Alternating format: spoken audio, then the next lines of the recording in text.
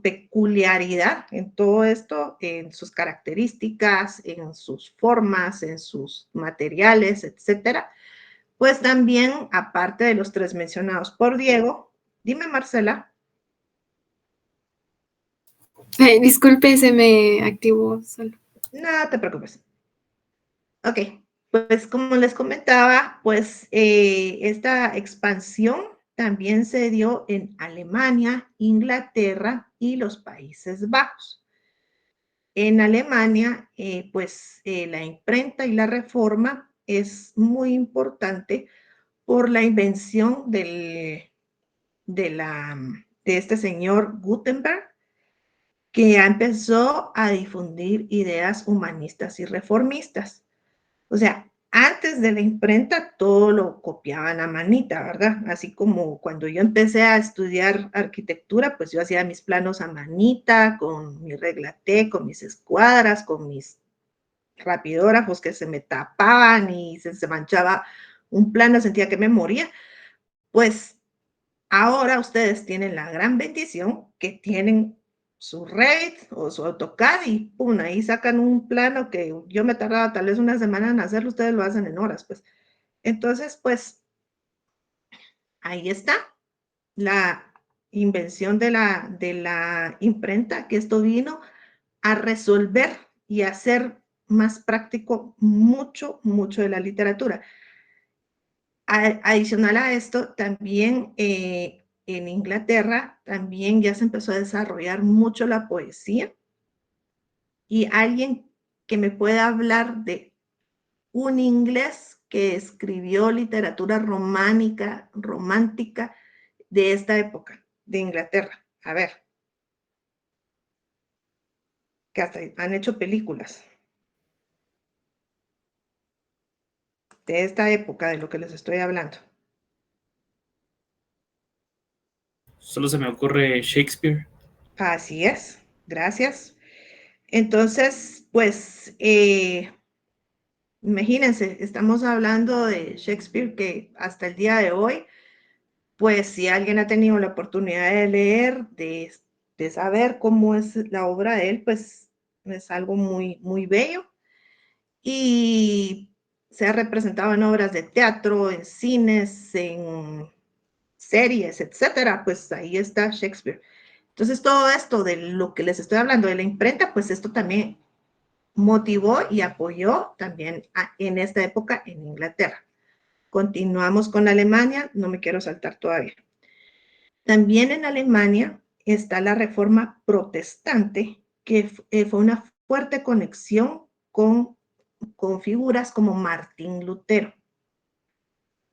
Martín Lutero es otro tipo de religión que es protestante, que es similar al catolicismo, utiliza la misma Biblia, creo yo, si no estoy mal, pero tiene algunas variantes, ¿verdad? Entonces, no puedo entrar a expandirme mucho en esto porque es bien largo. Puedo mencionar también que aquí en Guatemala hay una iglesia protestante que está en la Cuarta Calle y Tercera Avenida, creo, de la zona 9. Pues es la única que yo conozco de iglesia protestante. Si la pueden googlear y ver cómo es esa iglesia, van a ver la arquitectura de esa iglesia. Si la pueden ver rapidito, se los voy a agradecer porque sí es muy, muy interesante los techos de este templo. Bueno, seguimos con el arte. Pues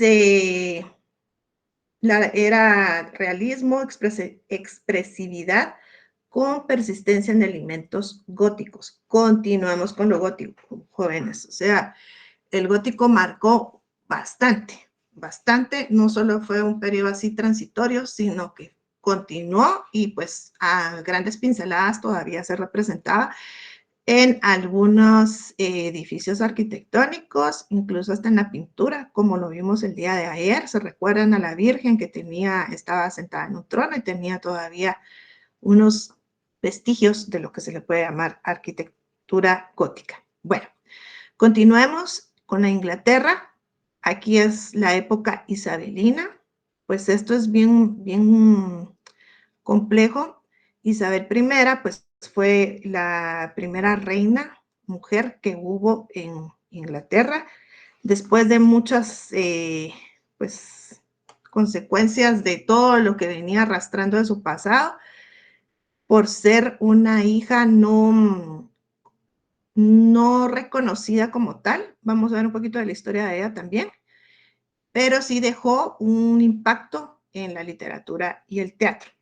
Aquí ya sale William Shakespeare, que es pues del teatro con obras universales, y ya se empieza el sentido de identidad nacional.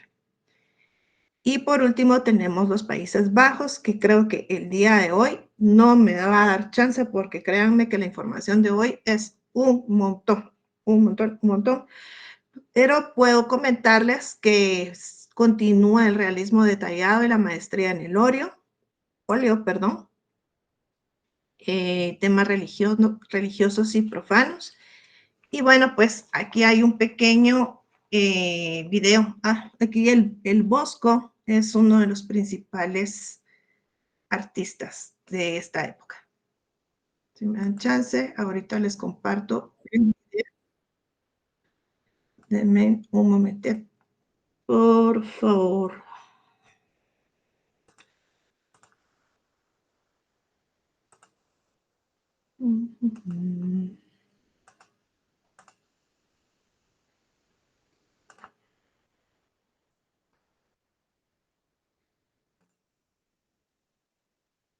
Siempre que pensamos en Renacimiento, la cabeza nos viaja a Italia, el arte, Leonardo y el hombre universal.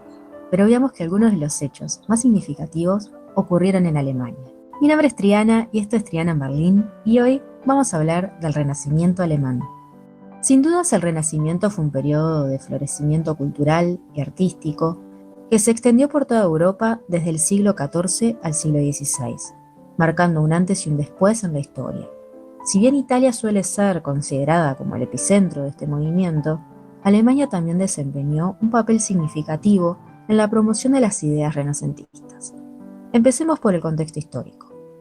El Renacimiento en Alemania estuvo marcado por un contexto complejo. A diferencia de Italia, donde el movimiento renacentista surgió en gran medida como un renacimiento de las antiguas culturas griega y romana, en Alemania se produjo en medio de agitaciones políticas y sobre todo religiosas, como la Reforma Protestante liderada por Martín Lutero en el siglo XVI, que movió los cimientos de la Iglesia Católica y de Roma. En términos simples, Martín Lutero propuso una nueva interpretación de la Biblia, una interpretación libre, separando a la Iglesia y creando una nueva línea de creyentes llamados protestantes o luteranos. Esto tuvo un impacto profundo en la sociedad y la cultura alemana, y muchos artistas y pensadores se vieron influenciados por sus ideales. La iconoclasia, o la destrucción de las imágenes religiosas, se convirtió en una práctica común en algunas áreas, mientras que en otras se fomentó una renovación del arte sacro basada en los principios de la Reforma. ¿Y cómo fue posible el crecimiento tan rápido de la Reforma Protestante? Y bueno, fue gracias a otro alemán, Johannes Gutenberg, y la creación de la imprenta. La innovación de la imprenta a mediados del siglo XV fue un desarrollo crucial que transformó la difusión de conocimientos y cultura en toda Europa. Las obras de los humanistas alemanes, así como las traducciones de la Biblia al alemán realizadas por Martín Lutero, se distribuyeron ampliamente gracias a la imprenta, lo que contribuyó a la propagación de las ideas renacentistas y reformistas. Tanto Lutero como Gutenberg merecen videos aparte, pero mientras puedes ver este video donde visité Mainz, la ciudad de origen de Gutenberg, y donde se encuentra el museo con la historia de la imprenta en el mundo. Con respecto al arte, a diferencia del énfasis italiano en la belleza idealizada y la perspectiva lineal, los artistas alemanes a menudo mostraban una preocupación por la expresión emocional y la narrativa detallada. Dentro del grupo de artistas renacentistas destaca, sin dudas y por lejos, Alberto Durero o Albrecht Dürer. Alberto nació en Nuremberg en 1471 y es reconocido por sus habilidades como pintor, grabador y teórico del arte. Su padre, que era un orfebre, vio el potencial de su hijo bien de chiquito y lo mandó a estudiar con diversos maestros locales. El primer grabado que podemos encontrar de Durero es un talentoso autorretrato a sus 13 años. Sus obras abarcan una amplia gama de temas desde retratos hasta grabados religiosos y científicos. Durero viajó extensamente por Italia, donde entró en contacto con las ideas renacentistas y se inspiró en las obras de artistas como Leonardo da Vinci y Rafael. También mostró un interés notable en la teoría del arte y en la aplicación de los principios matemáticos a su trabajo, y esto se refleja en sus escritos teóricos, como su tratado sobre la proporción del cuerpo humano, donde exploró en detalle la relación entre la belleza ideal y las proporciones matemáticas. También utilizaba el sistema diédrico, que básicamente es llevar a un plano de 2 dimensiones las 3 dimensiones de un cuerpo. Entre sus obras más famosas se encuentran El Caballero, la Muerte y el Diablo, Melancolía I y San Jerónimo en su estudio. Durero fue un innovador en el campo del retrato. Sus autorretratos en particular son considerados como algunos de los más expresivos y penetrantes en la historia del arte. A través de ellos, Durero no solo capturó su propia imagen física, sino que influyó la identidad artística alemana, que reflejaba una atención al detalle y sobre todo un sentido de espiritualidad, pudiendo reconocer también su personalidad y su estado emocional. En Alemania, su arte es sustentado y promocionado por la familia Fugger, una de las primeras familias empresarias con una historia tremenda que te la cuento acá en este video de Habsburgo. La capacidad de Durero para fusionar la tradición artística alemana con las influencias renacentistas italianas lo convierte en una figura única en el panorama artístico europeo.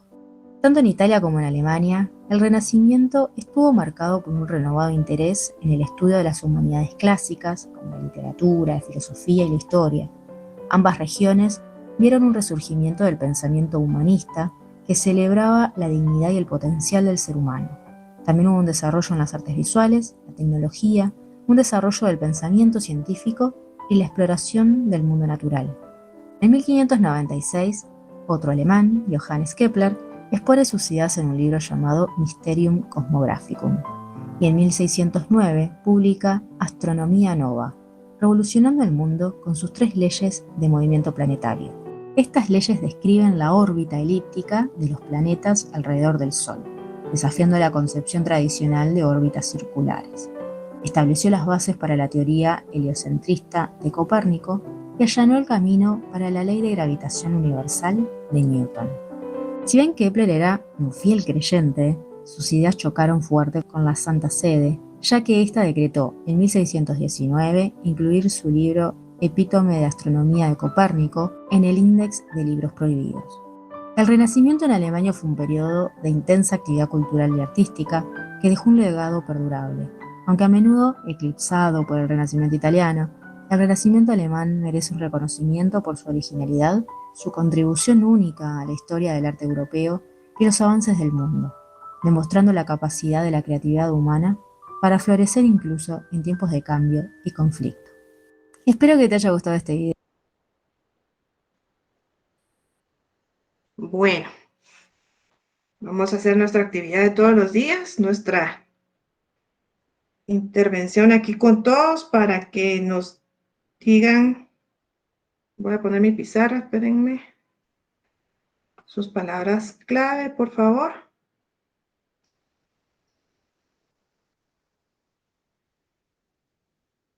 Den chance.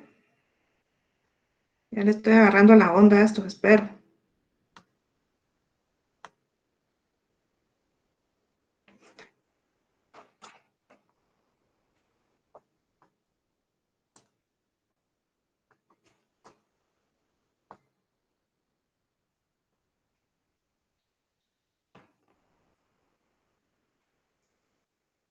Sí se ve mi pantalla, ¿verdad? Perfecto, gracias. Bueno, pues empecemos pues jóvenes, ¿qué anotaron? ¿Qué se les quedó? ¿O qué les gustó? ¿Qué todo lo que ustedes puedan contribuir? Se les agradece su participación, por favor. Dime, Byron.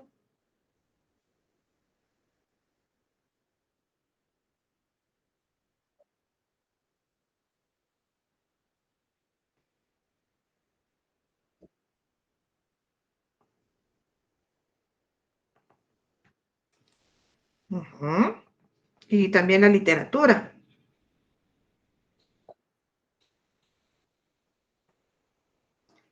¿Alguien más? Que habla sobre el sistema diédrico. Diédrico. Ujú. ¿Quién más?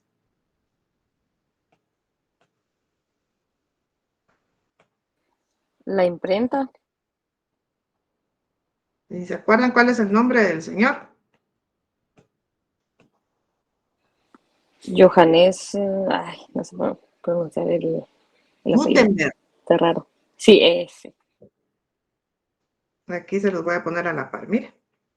Antes había, en mi época, una imprenta acá en Guatemala que se llama Gutenberg. Imagínense, va a que original el nombre, pero bueno, hacían invitaciones de boda y para primeras comuniones, y eran así todas muy bonitas cuando se entregaban invitaciones en papel. Ahora yo sé que las invitaciones se mandan por WhatsApp y pues se ahorra uno un montón de plata porque salían caritas las impresiones de estas invitaciones que les comento. Es más, se utilizaban no una impresora digital como la que conocemos ahora, sino que eran era una imprenta con unos grandes, miren, eran enormes, en serio, los aparatos que ellos utilizaban y ponían cada letra de la impresora, se le llamaban tipos. Yo no sé si ustedes conocen las máquinas de escribir, espero que sí. Alguien, sí las conocen, ¿verdad? Vale. Yo no sé si ustedes ya recibieron mecanografía con máquina de escribir o lo hicieron en la compu, pues, pero ya no, bueno, pues, es que como ahora todo avanza y pues yo sí lo recibí como esto que les digo, entonces imagínense lo que es hacer libros de poemas o lo que fuera y poner letra por letra, letra por letra en cada palabra, en cada oración. O sea, eso era bien tardado. Yo recuerdo, si no estoy mal, o si todavía aún está ahí, no sé, a la par de la municipalidad de Antigua Guatemala estaba la primera imprenta que vino a Guatemala. Entonces, por si alguien va a un su fin de semana por allá, pues vayan a echarse la vuelta y pregunten, a lo mejor todavía está, no sé. Bueno, continuemos pues. ¿Qué más? ¿Qué más anotaron? Para compartir con todos, para que todos tengamos la misma información.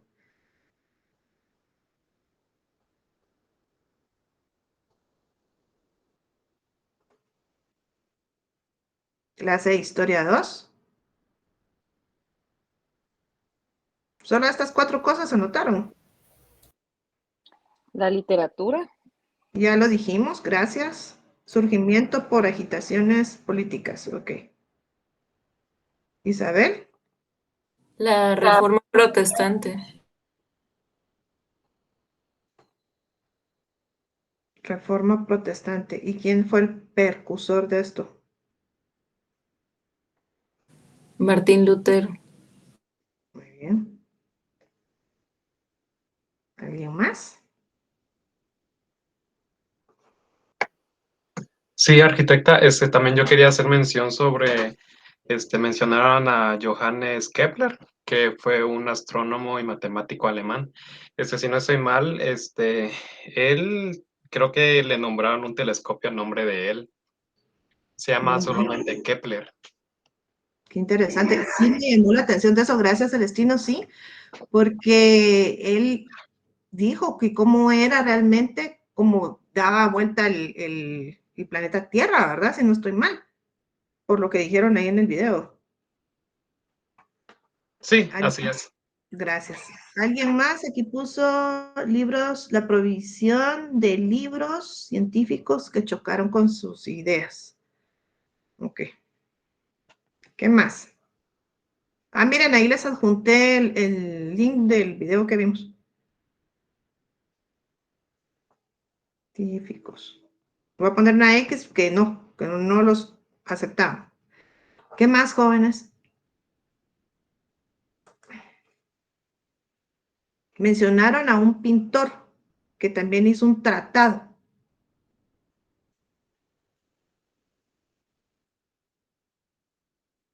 Durero. Muy bien. A ver, ¿y qué hizo Durero?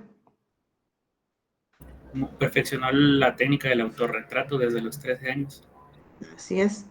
Imagínense, pues los tratados son como una guía, más o menos, de qué es, cómo debe de ser las cosas, ¿verdad? Y estamos hablando de qué siglo y qué año ya una persona, pues, de esta época ya estaba pensando en dejar algo de su autoría, contribuir en algo al mundo de ese entonces y pues tal vez en algún momento aún se siguen utilizando ciertos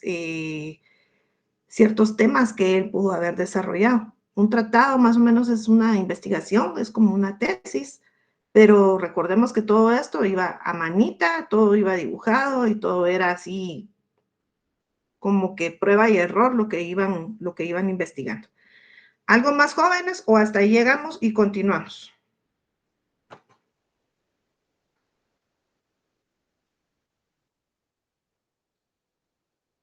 Bueno, creo que hoy no están muy participativos ustedes, están durmiendo.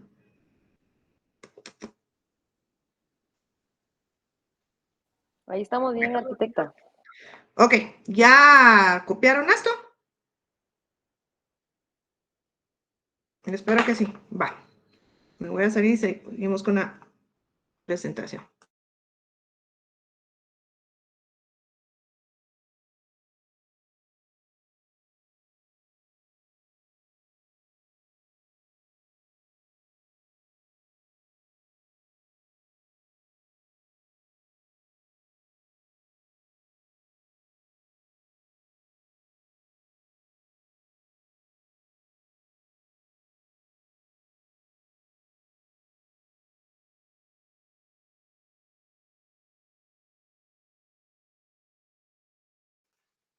Bueno, continuamos entonces.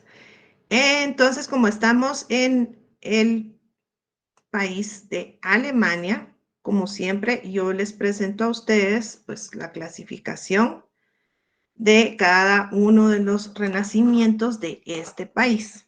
Y pues vamos a hablar, espero que lo logren ver. ¿Está bien ahí el tamaño o quieren que me vaya uno por uno para que lo lean mejor y les doy zoom?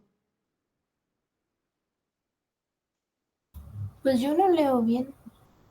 ¿Ahí está bien? Ok, vale, ok. Empecemos pues, gracias. Bueno, pues el Renacimiento temprano fue en 1450 a 1500.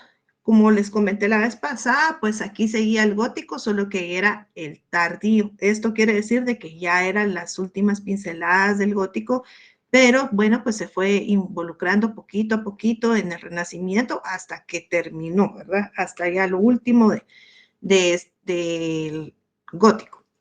Seguimos con la influencia de Italia. Se recuerdan que en el video dijeron claramente de que todavía predominaba el Renacimiento italiano, como lo vimos en el mapa anterior, pues se expandió, ¿verdad? Entonces, pues ahí continuamos jalando esto.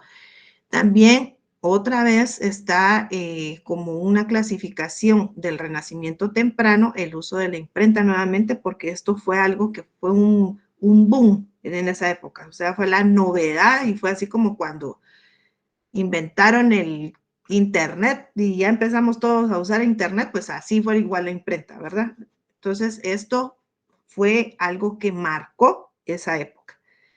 Arte y arquitectura, seguimos con formas góticas, con influencias renacentistas, y la pintura es detallista, con primitivos flamencos. Flamenco, ¿se acuerdan que es una palabra que viene de España?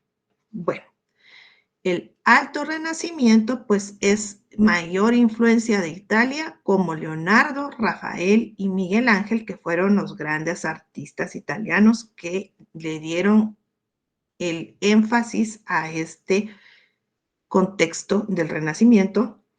Ya empezó el humanismo alemán, el desarrollo de la identidad artística propia del área alemana, y aquí se destacan algunos autores como es Dürer, Lucas Cranach el viejo y Hans Holbein el joven. O sea, le decían uno al viejo y el otro le decían el joven.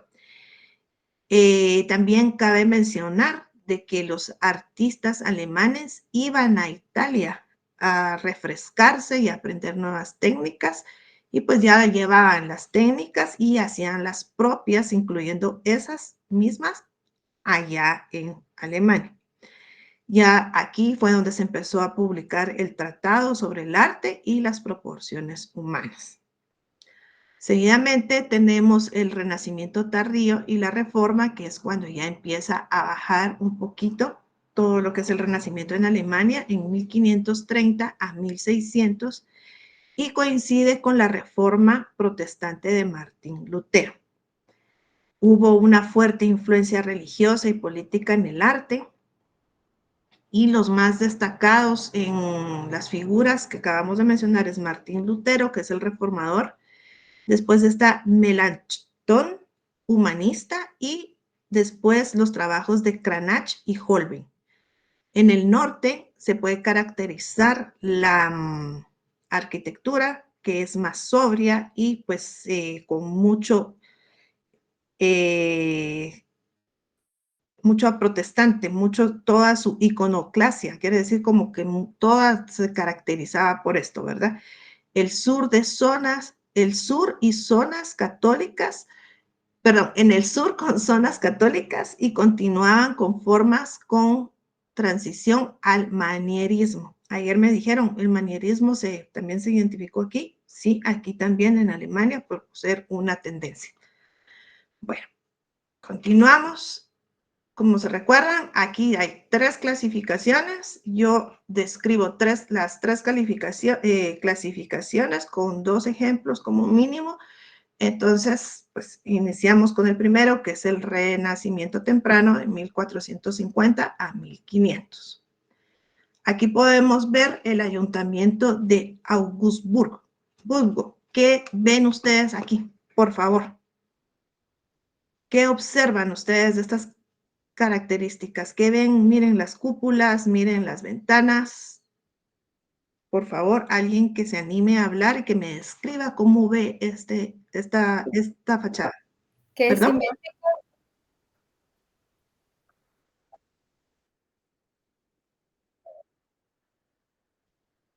Así es. Gracias. ¿Alguien más habló, perdón? Que es simétrico. Así es, también. Tiene una retícula básica. Sí, bueno. Gracias por los que ¿Es más participan. sobria y funcional? También podría ser. Sí, yo lo que miro en esto también, mire, es el uso del vidrio, ustedes. Yo veo como que sí permitían también el uso de luz natural que ingresara, o sea, sí se ve una fachada bastante limpia, y pues se proveía de luz natural a los ambientes y como más limpia, ¿verdad? A lo que estamos acostumbrados, a lo que hemos venido viendo con anterioridad. Adicional a ello, si se dan cuenta, aquí en las esquinas de donde está esta pequeña terracita, no sé si ven todavía un vestigio de lo que es el gótico. Si no me dejan mentir, yo lo veo así. Sí, ¿verdad? Va, perfecto. Entonces, aquí claramente dice que es una transición del gótico al renacimiento. Es de varios pisos, también podemos ver.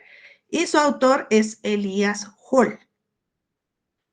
Entonces, esto fue en el año 1460 cuando se comenzó el proyecto, y después hubo una reconstrucción en los años 1600. Esto está en Augsburgo, en Alemania, y su material es piedra. Su monumentalidad nos recuerda a todo lo que hemos venido viendo. Miren la escala humana, o sea, sí es de grandes proporciones. Aquí tenemos otro ejemplo, lo que estaba comentando el compañero, de que veía las cúpulas encebolladas de Rusia, probablemente, que es lo que más hemos venido, que es un ejemplo bastante recurrente en este estilo. Pues esto lo hizo Halsbach en 1468, perdón, al 1488 en Múnich, y es ladrillo. Las torres son de 99 metros cada una y las cúpulas se llaman bulbosas. Y si se dan cuenta es una simetría axial. Interesante, ya se dieron cuenta también los ventanales de la torre. ¿Qué estilo le recuerda? Arriba del reloj.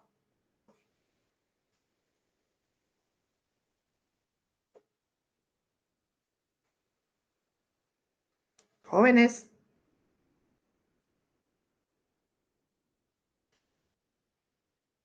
Uy, ustedes hoy sí están, pero dormidos. A ver, Débora, Michelle. Las ventanas, ¿cómo las miras? ¿Qué estilo las ves?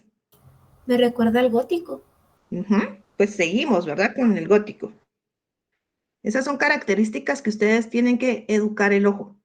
Si algún día ustedes van a Alemania, pues ya se van a dar cuenta y van a decir, pues sí, sí tenía razón, ma. Entonces, ahí está también la dentadura que está en la parte de abajo del reloj, pues ahí se puede visualizar claramente que es una influencia y está relacionada, íntimamente relacionada ambas. Bueno, vamos con ya escultura. Esta es la estatua de San Sebastián. Este es de Beit Stoss en 1490. Pues San Sebastián fue un mártir católico que pues inicialmente lo capturaron por ser uno de los primeros romanos que se convirtió al catolicismo y empezó a divulgar la palabra de Dios según lo católico. Lo apresaron y lo quisieron matar amarrándolo de un árbol y le tiraron flechas. Él se salvó de todo esto y siguió viviendo y siguió dando la palabra de Dios según sus creencias, y ahí sí lo volvieron a atrapar y pues su muerte fue, creo que un hachazo en la cabeza, una cosa así. Entonces ese es el primer santo romano y que fue doblemente mártir. Por eso es que lo representa. Bueno, entonces, si vemos la madera es policromada. Aquí ya empezamos a utilizar color. ¿Se recuerdan que en las anteriores esculturas que yo les he presentado, pues regularmente se ha trabajado en mármol y en mármol puro, ¿verdad? Así como tal, como si bien ahora ya hay un cambio aquí, jóvenes, ya se está utilizando la madera y ya va con colorcito, ya se están animando a cambiar y hacerlo como más real este estilo. Pues puedo mencionar que la técnica es de relieve alto y pues sigue todavía con un poquito de gótico por las facciones un poco alargadas. Su altura, su dimensión, perdón, es de 1.50 metros aproximadamente y pues tiene detalles de su anatomía, de su cabello, de la postura, hay movimiento en él. Continuamos con este retablo de María Magdalena. Este es una madera de tilo sin policromar, o sea, el de antes está con color policromado y este no. ¿Ya lo observaron?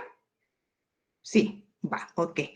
Entonces, esta es madera tallada únicamente y pues seguimos con el gótico tardío, como lo observan, todo así un poquito alargado, no tan regordete ni nada, sino que ahí está. Pues, ¿qué les puedo decir? Pues María Magdalena es primera vez que yo la veo representada, la verdad que nunca la había visto representada como tal en las obras así escultóricas, regularmente siempre la hacen en pinturas y pues no la había visto así, pues ahí está un ejemplo. Continuamos con la adoración de los reyes, ya estamos en pintura. Esto es de Dürer, el personaje que hizo el tratado, y esta es una obra de transición. Esto es un óleo sobre madera y esto es del Renacimiento temprano. Sus dimensiones son de 99 por 113 centímetros.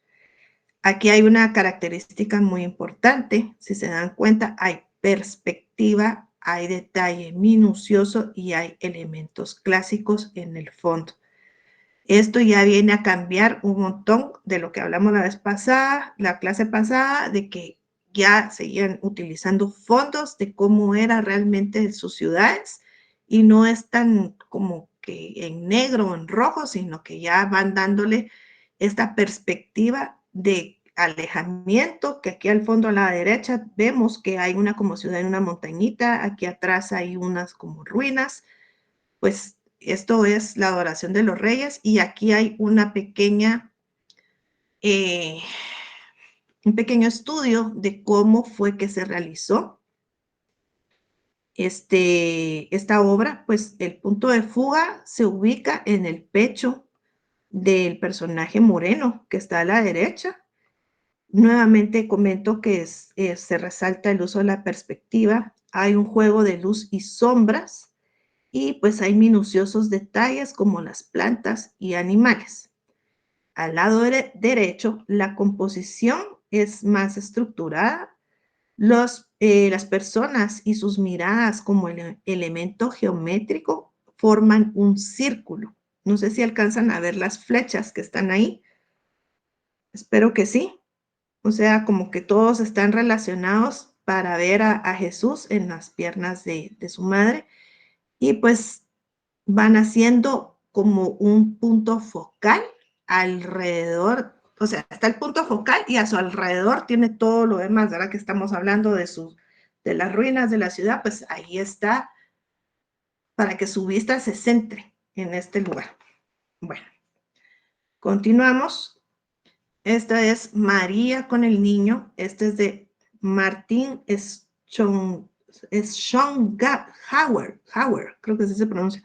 1475. Esto es en papel y la técnica es grabado en cobre, dice. Pues no sé, tal vez en algún momento tendrá algunas cositas, no sé. Y las dimensiones son de 20 por 13. Bueno, continuamos con el Alto Renacimiento. Este es el segundo periodo. Aquí tenemos el castillo de Heidelberg.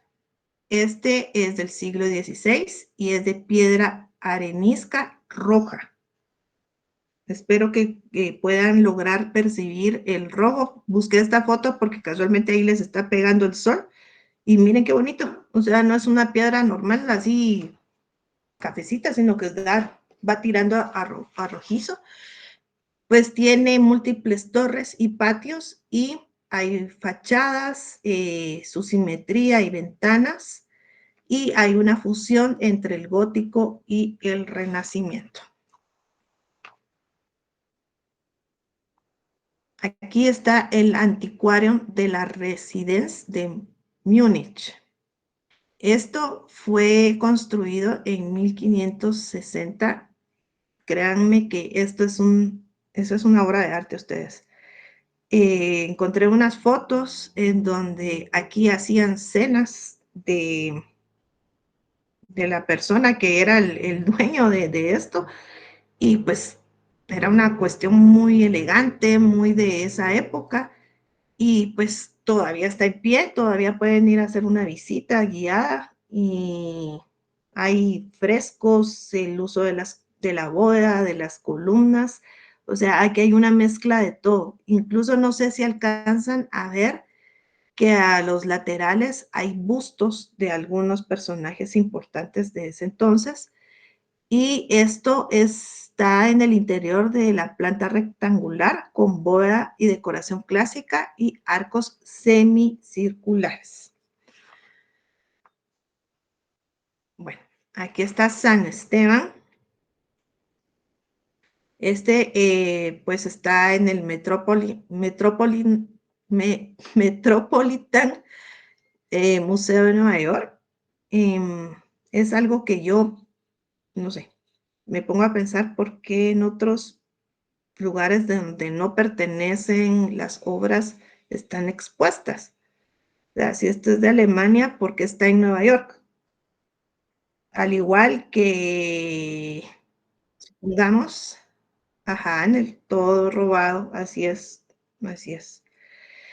Tenemos muchas situaciones, que así como dice el compañero, que está en el Museo Británico, también en el Museo del Louvre, en el Museo de Estados Unidos. Pues miren, la verdad que yo lo último que casi me da, así como que dije, ¿y ahí por qué y para qué? Estaba un obelisco egipcio en Washington, en un parque de Washington, no el que está cerca de la Casa Blanca, en otro parque. Y ahí está un obelisco egipcio. ¿Qué tiene que estar haciendo eso ahí? O sea, no pertenece a ese país, no está en una plaza que no debería de ser de ellos. Pues no sé, eso es uno. Y número dos, pensemos también en todo lo que nos han robado aquí de las esculturas mayas, las estelas, las vasijas, el códice maya. O sea, hace poco hubo una situación que creo que se llevaron una máscara de jade, no sé a dónde, y la estaban buscando. Entonces, miren, muchas veces, pues, no sé qué pasa con los ministerios. En el caso de aquí de Guatemala tendría que ser el Ministerio de Cultura el que tendría que reclamar eso para, pues es nuestro, o sea, no les pertenece a otra persona. O también pensemos que hay exposiciones, perdón, tienen una galería privada, algunas personas que tienen mucho dinero. Entonces, imagínense qué triste, pues ya no volverlo a ver, porque están en una casa que ni sabemos si al final en algún momento lo van a regresar, no lo creo, pero así es la vida. ¿Qué opinan ustedes de eso? A ver, un comentario. Como sancarlistas, a ver, ¿quién puede opinar?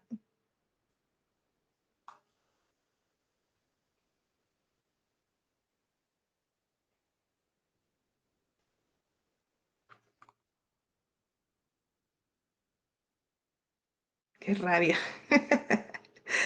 Ok, ¿alguien más que se anime a hablar?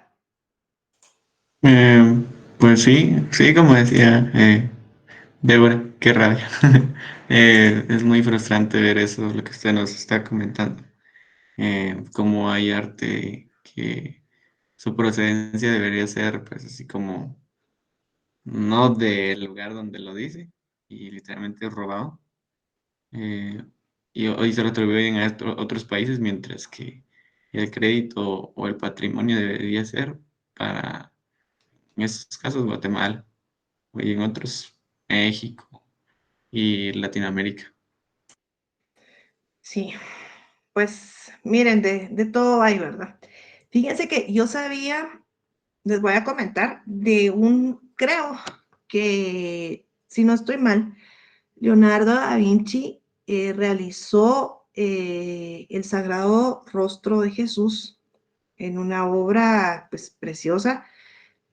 Googleenlo, porfa, si no estoy mal, porque yo medio me acuerdo que es así. Bueno, esto lo vendieron en una subasta, imagínense, de no sé cuántos millones de dólares. Pero bueno, el concepto que yo les quiero comentar aquí de todo esto es de que esta obra no se sabe su paradero, solo se sabe que está dentro de un barco que nunca da su ubicación y está resguardado como tal. ¿Alguien me lo puede googlear, por favor? Porque no recuerdo Es el esto. que le llaman Salvador Mundi. Exacto. Salvador del mundo. ¿Estoy en lo correcto en lo que les estoy comentando?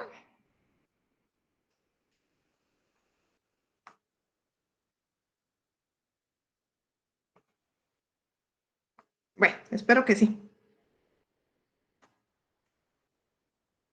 Sí, aquí lo estoy viendo. Ajá, es Dice que está en Jesús. posesión privada por el príncipe de Arabia Saudita. Va. Es propiedad de la corona saudí. Imagínense cuánto estamos hablando ahí. ¿De cuánto dinero estamos hablando ahí? Santo Dios. Ni imaginar, ni en esta ni en la otra vida creo que vamos a juntar ese dinero. Pero bueno, Así las cosas, jóvenes. Continuamos con nuestra clase. Bueno, entonces esta es una obra, como volvemos otra vez, que está allá en Nueva York y es de dimensiones de 83.8 por 54.6 y es estilo renacentista alemán y su aspecto naturalista es drapeado y realista. ¿Qué significa drapeado? Que va como plegada a la tela, la ropa de este personaje. Si se dan cuenta, se ve para un tallado en madera, pues la verdad que está bonita la obra. Y pues también ya tiene un poquito de color en su rostro, no es como que fuera todo de madera, sino que ya se diferencia un poquito este detalle. Miren la selfie de Dürer. Esta en esa época era la selfie, llamarse autorretrato, pues en esa época no había ni iPhone ni iDrone. Entonces miren, qué bonito. Está guapo el joven ahí. Tiene 28 años, ustedes están entre esa edad, entre 20 a 28 años, no sé. Pero bueno, miren, está bastante realista. Pues, ¿qué se le puede decir? De que desde pequeño, como se dijo en el video, a los 13 años, pues él ya se hacía sus autorretratos. Pues aquí él a sus 28 años dijo, bueno, pues me vuelvo a hacer. Solo que aquí ya lo hizo más detallado. Vean el brillo del cabello, jóvenes. O sea, recordemos que en esa época o se alumbraban con candelas o era luz natural. Pero démosle zoom para que se aprecie. Esperen. ¿Lo ven ahí? Miren el detalle primero del cabello, que es lo que estamos comentando. O sea, ahí no había ni spray, ni gel, ni vaselina, ni nada. O sea, eso tal vez tenía su pelo mojado, no sé. El brillo de los ojos. Yo veo el brillo de los ojos muy detallado, muy realista, incluso hasta en la parte de la ceja, de las pestañas inferiores, se le ve así como una lucecita muy interesante. La barba, vamos a darle más. Miren la barba, todavía se le ve así como brillo. Y bueno, pues aquí él escribió alguna anotación de su nombre y yo veo que aquí dice el año, algo así se alcanza a ver. Veamos su ropa, se ve que es como alguna piel de animal, porque se ve también como que tuviera pelo. El detalle de los pliegues. Ay, perdón ustedes, espérenme, ¿qué estoy haciendo? Ay. Bueno, sus manos, hasta las uñas, tiene brillo. Pues ahí estamos. Ahí les presento entonces al señor Dürer, de 1500. Las dimensiones son de 67.1 por 48.9 y esto es del Renacimiento del Norte, que ya hablamos que estaba el del norte y el del sur. Algo que dice aquí que es elevado detallismo. Aquí es otra obra de Dürer también y este se llama Los Cuatro Apóstoles. Esto es un díptico. ¿Alguien sabe qué es díptico? ¿No? ¿Tríptico? Arquitecta, si no estoy mal, es como que una obra que se divide en tres partes, tríptico. Como es díptico, pues se parte en dos, si no estoy mal. Así es. Perfecto. Felicidades. Eso es. Entonces, cuando ustedes vean una obra y le digan, este es un tríptico de Elmar René Rojas, entonces ustedes van a decir, ah, sí, está dividido en tres y forma una sola obra. En este caso, aquí le pusieron marcos a cada cuadro, a cada lienzo. Está con marco, pero podría utilizarse sin el marco porque yo siento como que eso estorba, como que no deja apreciar realmente la obra en sí, pero, o sea, a mi parecer se hubiera visto mejor sin eso, pero tal vez lo están haciendo por preservarlo, reservarlo o cuidarlo, ¿verdad? Pues esto es óleo sobre panel. No está especificado el formato de esto. Y seguimos con el Renacimiento del Norte con carga protestante y figuras monumentales y realismo. Seguimos con el Renacimiento tardío y la Reforma. Este ya es el tercer de Alemania. Entonces, aquí hay un ejemplo de la capilla Fugers en la iglesia Santa Ana. Si se dan cuenta, es una decoración alta. Miren qué barbaridad. Aquí hay de todo ustedes. Hay estuco, escultura, pintura, mural, hay piedra. Y es una mezcla del Renacimiento y el manierismo. Esto está en el norte de los Alpes y esto fue hecho en 1590 por el autor Friedrich Sustris, que fue su decorador. ¿Ya se dieron cuenta la técnica de esto? Pues miren, que aprecienlo. Tenemos esta otra, que es St. Anne's Church. Esto por fuera, pues no nos dice nada. Ya se dieron cuenta que es así bien simple. Lo único que podría decirse es la torre con la cúpula, que es algo que llamaría mucho la atención, pero su interior, pues la verdad que está muy, muy bien detallado, muy bien realizado.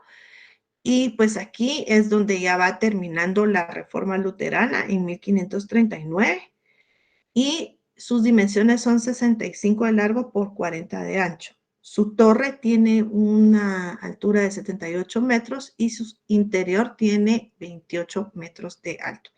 Seguimos todavía con el gótico un poquito, con los elementos renacentistas dentro de esta iglesia. Aquí tenemos un retablo de esta misma época. ¿Se dan cuenta? Son varios cuadritos dentro de uno solo. Esto lo realizó Fulmauer y fue diseñado y su asesor teológico fue Caspar Grater en 1538 a 1541. La técnica es óleo y madera de abeto y sus dimensiones son 4.18 por 2.52 metros y tiene 162 paneles que narran la Biblia y versículos luteranos.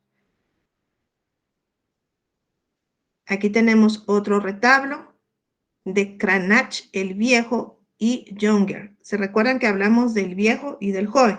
Pues este es el autor viejo. Esto pues es madera de tilo policromada y sus dimensiones es de 3.70 por 3.09. Este es un tríptico. Lo que estábamos hablando anteriormente era un díptico donde estaban los 4 apóstoles. Este es un tríptico. Entonces ahí se ve claramente la diferencia, que son 3, ¿verdad? Y tiene simbolismos teológicos. Y creo que este es, todavía lo tenemos aquí, el retrato de Martín Lutero y también de Philippe Melanchthon. Esto lo realizó Cranach el Viejo en 1532 y adivinen dónde está, en el Met de Nueva York. O sea, si algún día van por allá, pues es más fácil ir tal vez a los Estados Unidos, o si no, si Trump no nos quita la visa, pues tal vez en algún momento. Pero bueno, se dieron cuenta lo que pasó ayer en Los Ángeles, ¿verdad?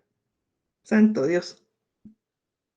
Este mundo se está volviendo loco. Ustedes, yo no sé qué les espera a ustedes, pero sí está terrible la situación mundial.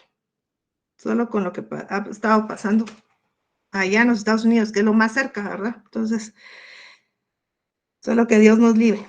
Bueno, el material es óleo sobre madera y seguimos con retrato renacentista nórdico. Pues las dimensiones no es muy grande, 33.3 23 centímetros por 23.2 centímetros, y esto es un retrato austero y simbólico, y es propagandista. Imagínense, o sea, él estaba haciendo propaganda de su Martín Lutero en su nueva religión. Esta es un panel frontal de Lucas Cranach el Viejo y Younger en 1547. Es una técnica de óleo sobre madera y el Renacimiento luterano, y tiene la forma tríptica. Aquí utilizaban mucho el tríptico de 1.3 centímetros por 2.33, perdón, 2.33 centímetros. Pues aquí lo que representa es los sacramentos protestantes. Seguimos con esta tendencia. Bueno, de Inglaterra tengo 4. ¿Ya se dieron cuenta? 4 clasificaciones. Entonces, el día de hoy vamos a ver solamente 2. Y el día de mañana continuamos con estos 2, porque yo sentí que no me iba a dar tiempo. Y también vamos a hablar un poquito de los Países Bajos el día de mañana. Entonces, antes de continuar, quiero que por favor, por cuestión de tiempo de ustedes, no del mío, que me llenen la asistencia, por favor. Y de último vamos a hacer un Christopher Marlowe, Edmund Spencer, Thomas Kyle y Philip Sidney. La arquitectura influida por estilos clásicos, pero adaptada a las tradiciones locales, como casas señoriales elizabetanas. ¿Por qué? Por Isabel, ¿verdad? Después de esto, ya empieza otro renacimiento, que es jacobino, que es uno de los hermanastros de la reina Isabel. Después que ella falleció, pues empieza el reinado de Jacobo I. Y pues aquí la continuación del teatro isabelino como un tono más oscuro y complejo, mayor interés en los problemas filosóficos, éticos y políticos, y ya empieza como que el barroco. Aquí ya está interesante porque ya empieza a haber una especie como de cambio en la arquitectura. Aquí tenemos algunos dramaturgos como Ben Jonson, y son los últimos años de actividad de Shakespeare. Y también en arquitectura tenemos a Inigo Jones, que introduce el clasicismo palladiano en Inglaterra. Y ya por último tenemos el Renacimiento carolino, que es de Carlos I, justo antes de la Guerra Civil Inglesa. El arte era más sofisticado y cortesano. La literatura influía por temas de religión, místico y político, y la arquitectura ya empieza a verse como barroca temprana. Bueno, entonces, como les comenté, hoy vamos a ver el primer renacimiento y el renacimiento isabelino. Aquí tenemos renacimiento temprano. ¿Qué observan ustedes en este edificio, jóvenes?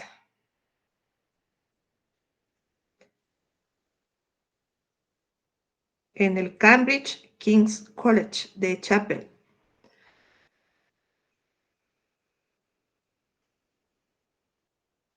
A ver. Que de cierta manera aún se puede sentir la esencia del gótico. ¿Qué más? Gracias, Daniel. A ver, Luz María, que es la que tengo aquí en vista. A ver. Decime.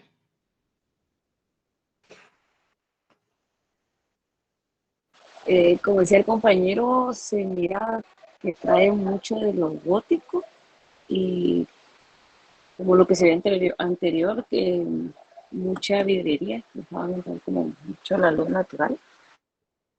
Muy bien. Emily Jimena.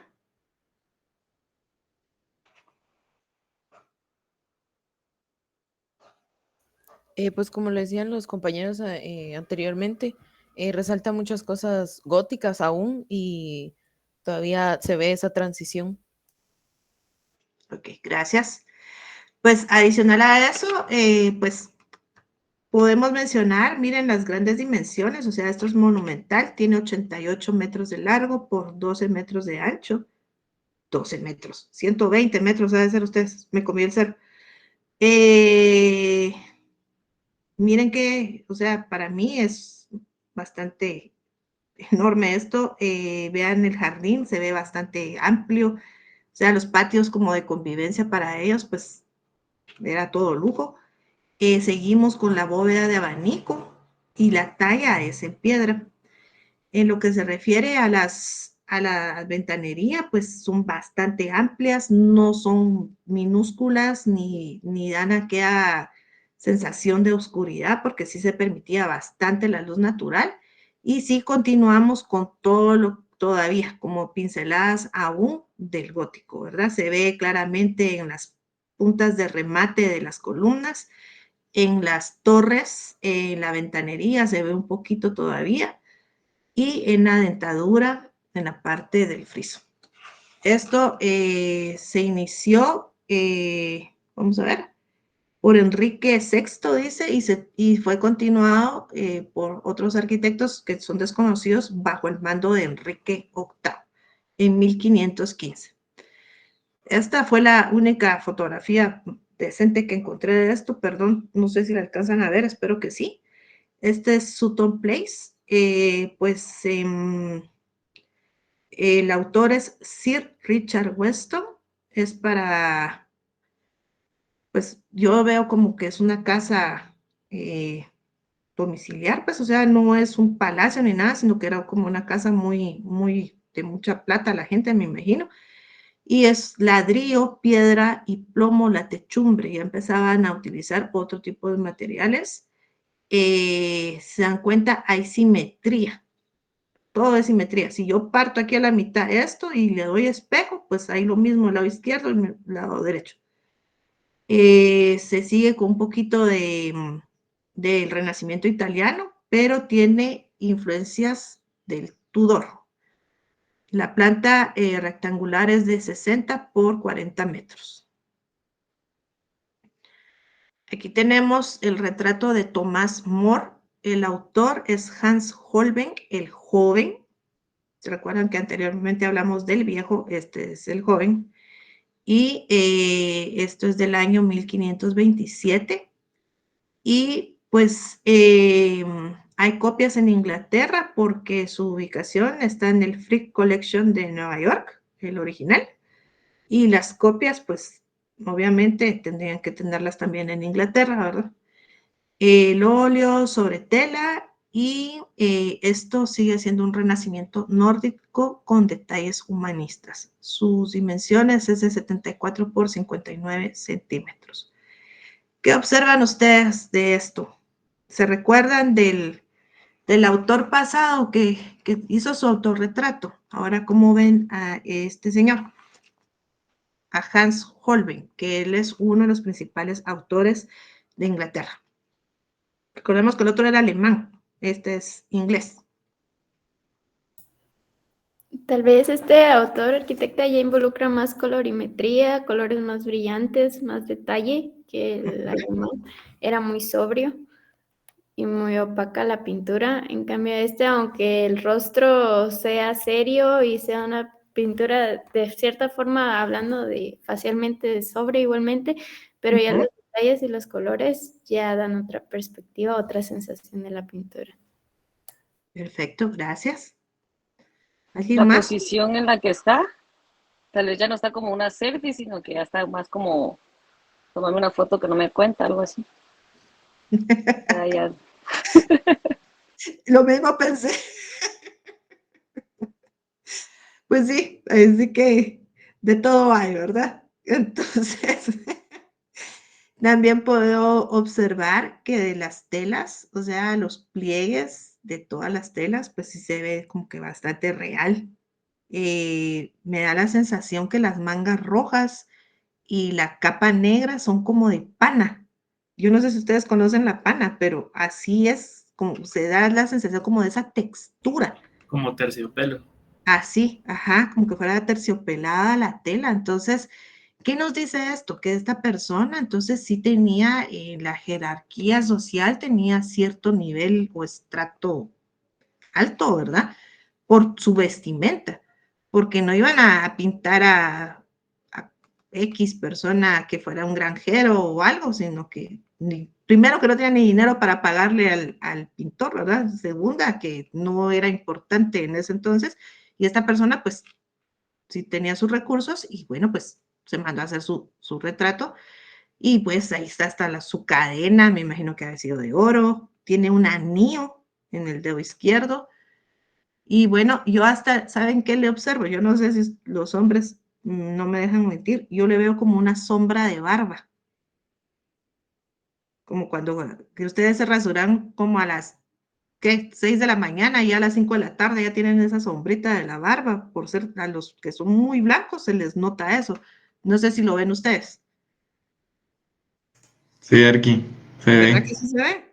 Va. Entonces, es todo eso. Yo hasta las arrugas de la colita de la ceja le veo y las bolsas de los ojos. Pero entonces, miren, este autor, pues, capturó muy bien, sin necesidad de tener su teléfono inteligente, para tomar esta imagen bastante realista. Continuamos con el retrato de Lady Wilford. Pues esta señorita, por ser lady, ¿verdad? No se ve tan contenta, o sea, la veo con un gesto No se bastante, ve tan lady, dice usted. sí, ya se ve como rara, pobrecita, pero tal vez no comió café con pan, entonces por eso está así enojada, está en dieta. Pero entonces, pues, a ver, cuéntenme, ¿qué ven ustedes? Yo aquí miro un montón de cosas, pero a ver qué ven ustedes. Quiero su percepción del arte. Aquí se lo estoy poniendo así más grande para que la miren bien a la lady. Así lo hizo, lo creemos. Bueno, a simple vista, o me parecería más como un ojo ya más educado del arte renacentista que estamos viendo. Tiene mucho uso de las sombras para dar realce a las texturas. Ujú. ¿Qué más?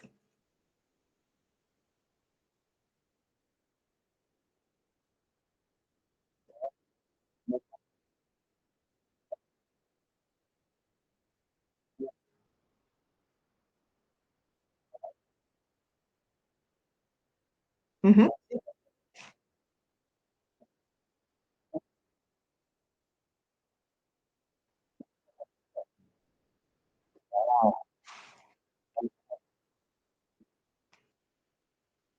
Mm, Sabes que esto no era, no es su cabello. En realidad ellas usaban una especie como de, no sé si ustedes han visto el manto que utilizan las monjas. Entonces, pues algo similar es esto, solo que con otros materiales. Y recordemos que era, no sé si era lady y pertenecía a algo de la monarquía de plano, ¿verdad? Entonces, regularmente, pues era la moda de en ese entonces y también muchas veces el cabello solo se le podía pres- eh, enseñar, perdón, muchas veces solo a su pareja, regularmente. Eso se ve también mucho en todos en los árabes y todo esto. No sé si se han dado cuenta de las mujeres que usan las burcas y esos mantos, pues la belleza es únicamente para su esposo. Y el cabello de una mujer, si se lo cuida bien, pues o sea, roba las miradas, ¿verdad? Entonces, ¿qué otra cosa ven, jóvenes?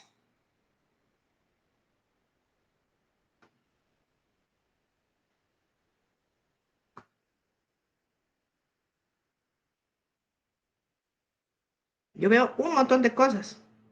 Si yo les hago un examen ahorita, a ver qué. sobre esto. A ver qué observan. Yo veo un capitel como corintio al fondo. Así es. ¿Ya te diste cuenta que hay en el centro? En el centro. Ajá, de ese capitel.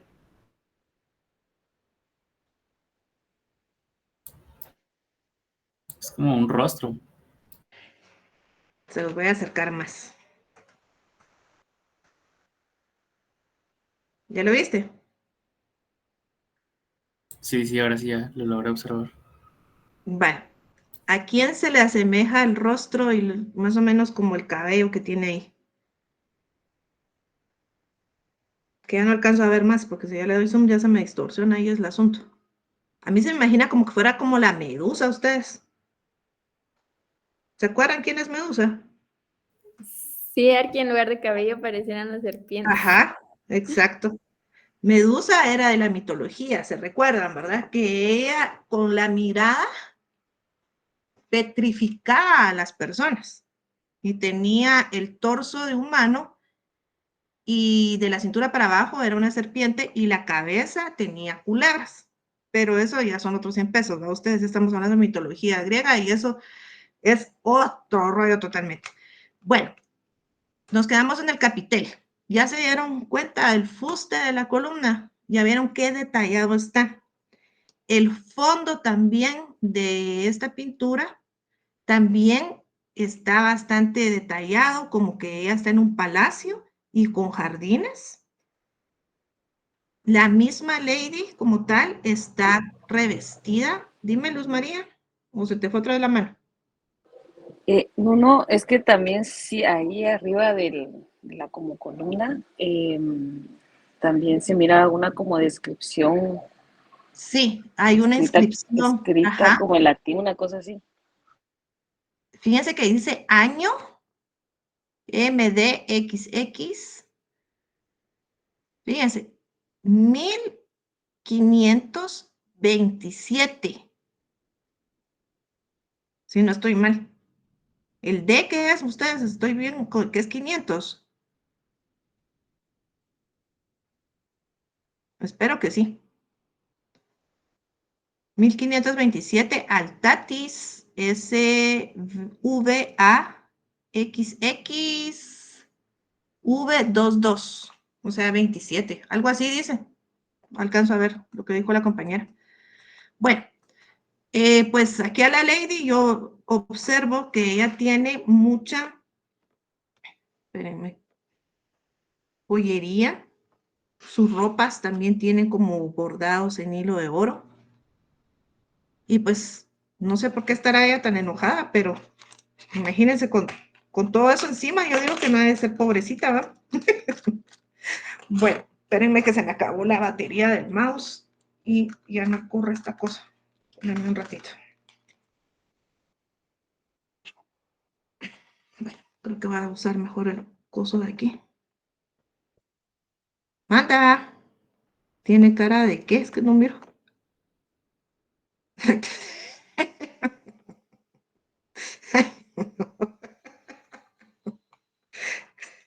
De los que reciben la clase a las 7 de la mañana, que no durmieron por hacer el proyecto. Y el vaso de caparina se tomaron. Bueno, digamos pues, patojos. Uy, ya son las 40. Yo creo que hasta aquí vamos a llegar solo con esta primera parte y mañana seguimos ustedes porque les tengo que hacer lo otro.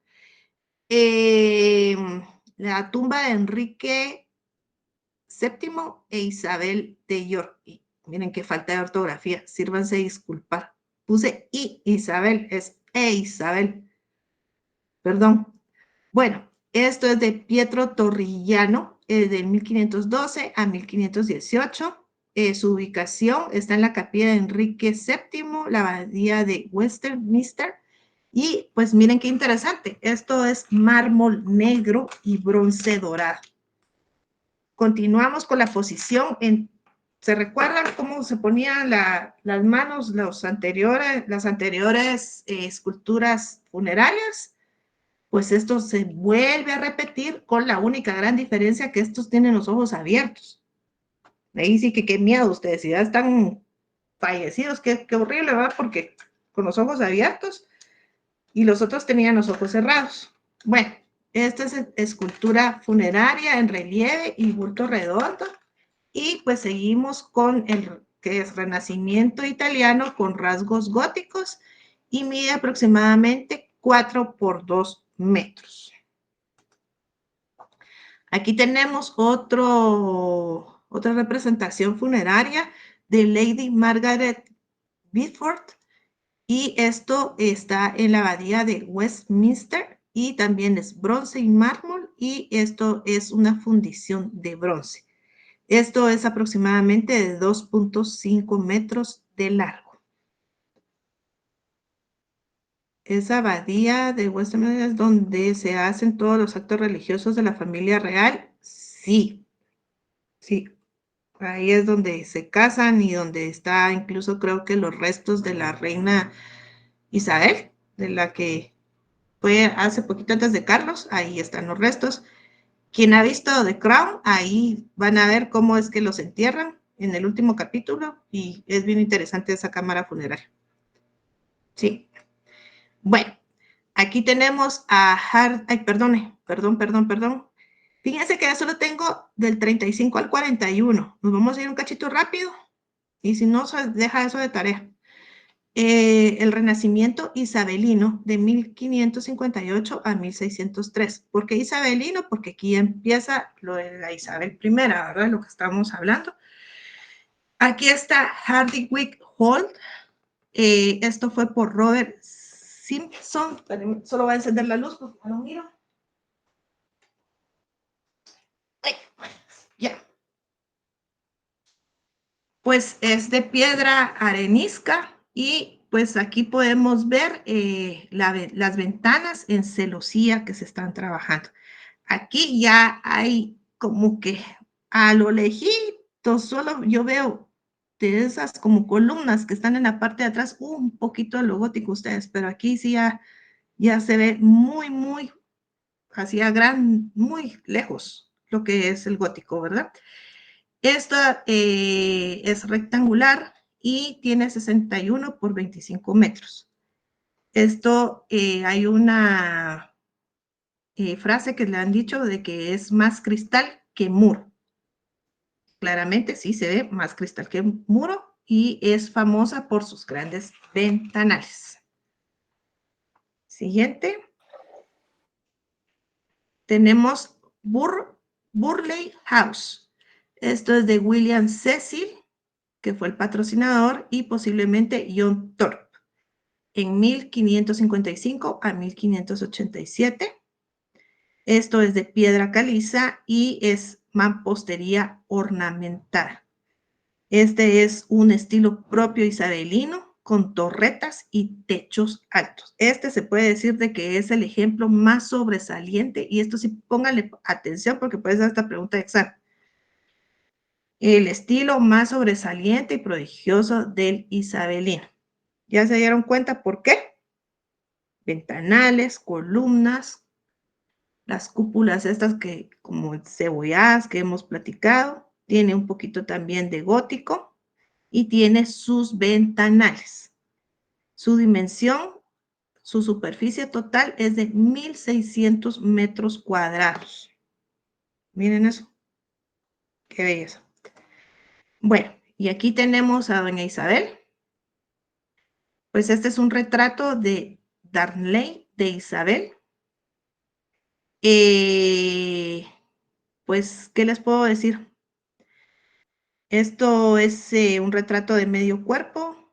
Aquí se empezó a usar se continuó, perdón, utilizando el pan de oro en toda la obra. Está con motivos heráldicos y las dimensiones son de 1.14 por 84 centímetros. Y esta es una de las imágenes más reproducidas. Saben de que a esta señora creo que le dio sarampión o una cosa así, y ella utilizaba ceruza veneciana para ponerse la piel blanqueada. y esto se utilizaba como cosmético en ese siglo, y pues esto era plomo, imagínense, y en la pura cara se estaba echando eso ella. Qué terrible. Se llama carbonato de plomo o blanco de plomo, para verse más bonita, según ella, ¿verdad? Entonces, imagínense, les voy a poner este pequeño video. Espérenme un ratito, ahorita se los pongo.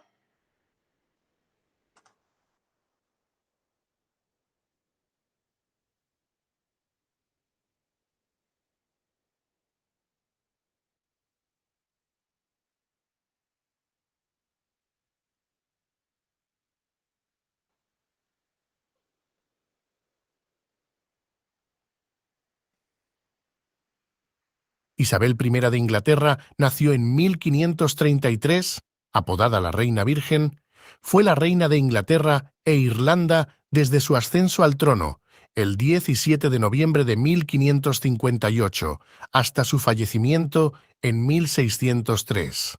Su reinado, de más de 4 décadas, fue conocido como la Era Isabelina.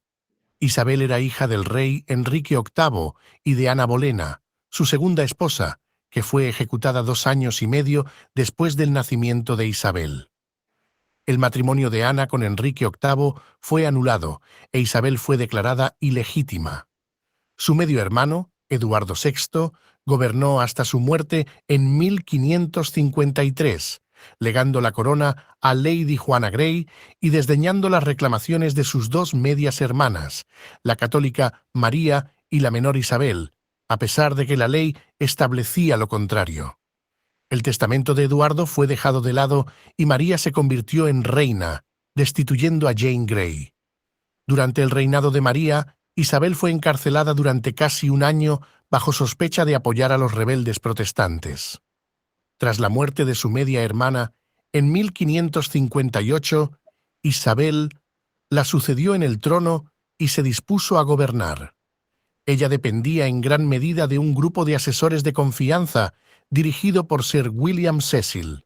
Se esperaba que Isabel se casara y tuviera un heredero. Sin embargo, a pesar de numerosos noviazgos, nunca lo hizo. Finalmente, fue sucedida por su pariente más cercano, Jacobo VI de Escocia, quien sentó las bases del futuro reino de Gran Bretaña. Anteriormente, Isabel había sido responsable del encarcelamiento y ejecución de la madre de Jacobo, María I de Escocia. Durante su gobierno, Isabel fue mucho más moderada que su padre y sus hermanos. En religión, fue relativamente tolerante y evitó la persecución sistemática, después de que el Papa Pío V la declaró ilegítima en 1570 y liberó a sus súbditos de la obediencia a ella. Varias conspiraciones amenazaron su vida, todas las cuales fueron descubiertas con la ayuda del servicio secreto de sus ministros. Isabel fue cautelosa en los asuntos exteriores, maniobrando entre Francia y España, las principales potencias de la época. Apoyó a medias una serie de campañas militares ineficaces y con pocos recursos en los Países Bajos, Francia e Irlanda. A mediados de la década de 1580, Inglaterra ya no podía evitar la guerra con España. El fracaso de la invasión a Inglaterra por parte de la Gran Armada en 1588 asoció a Isabel con una de las principales victorias militares de la historia inglesa. A medida que envejecía, Isabel se hizo famosa por su virginidad. El reinado de Isabel se conoció como la Era Isabelina.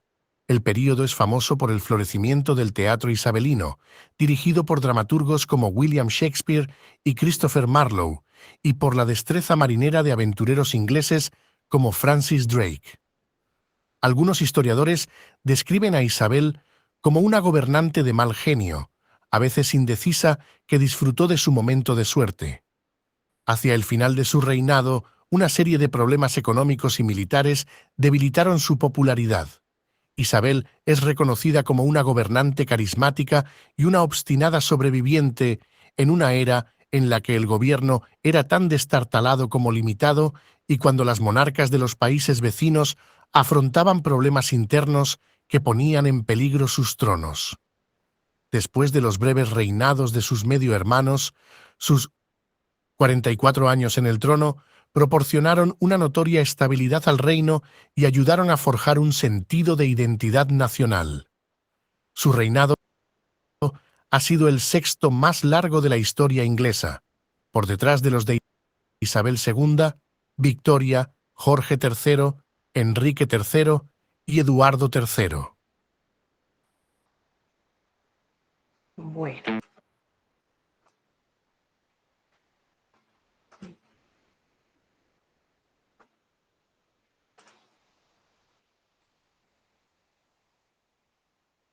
¿Qué piensan de la reina Isabel? A ver.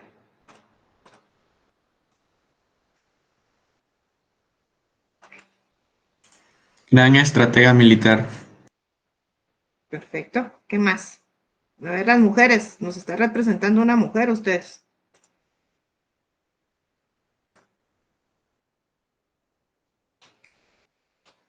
Si mal no recuerdo aquí, yo creo que vi una película sobre ella que precisamente el hecho por el que nunca se casó fue por lo que le pasó a su madre Ana Bolena, pues como fue ejecutada por una difamación que realizó su papá de que había hecho incesto, había practicado el incesto y fue ejecutada injustamente, entonces por eso ella siempre dijo que nunca se iba a casar y que ella iba a ser la que liderara toda Inglaterra.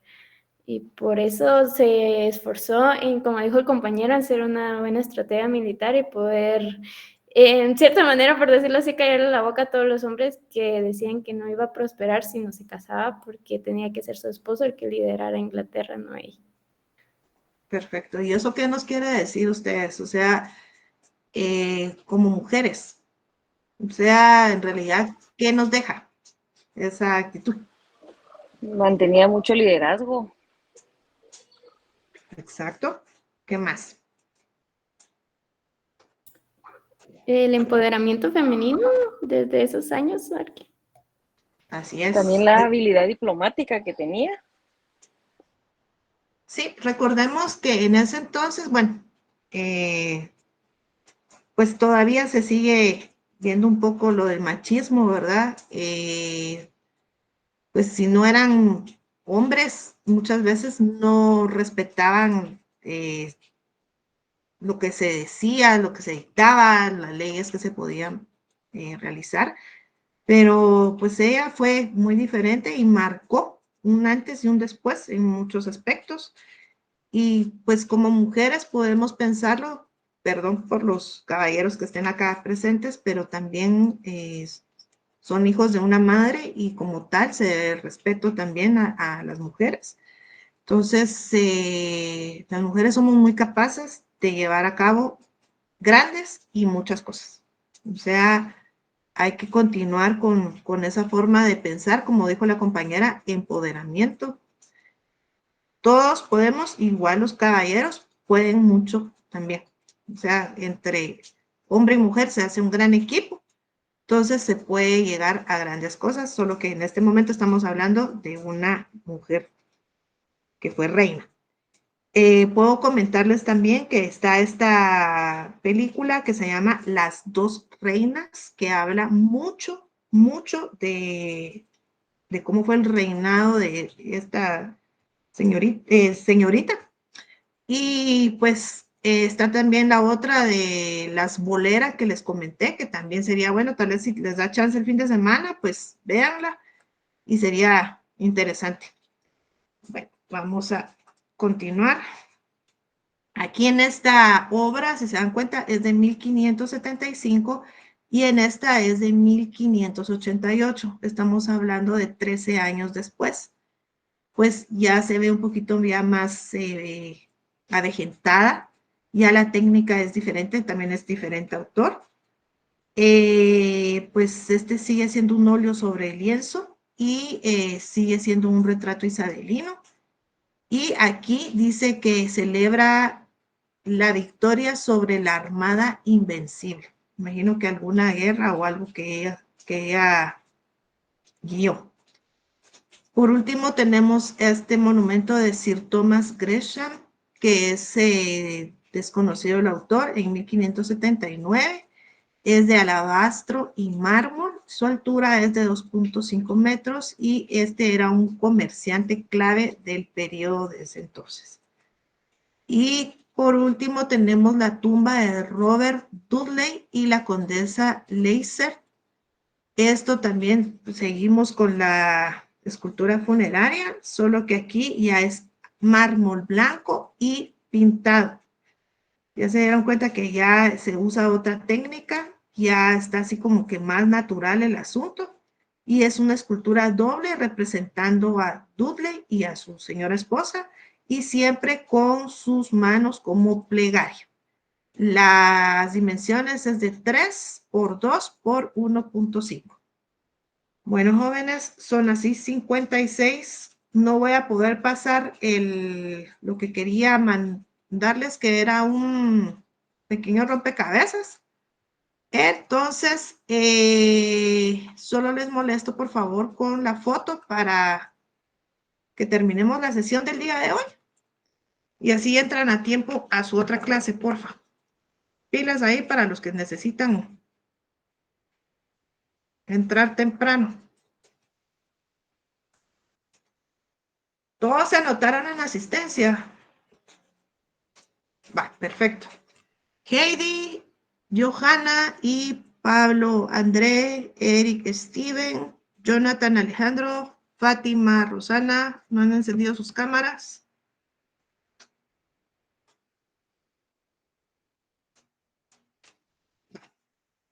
Pablo, André.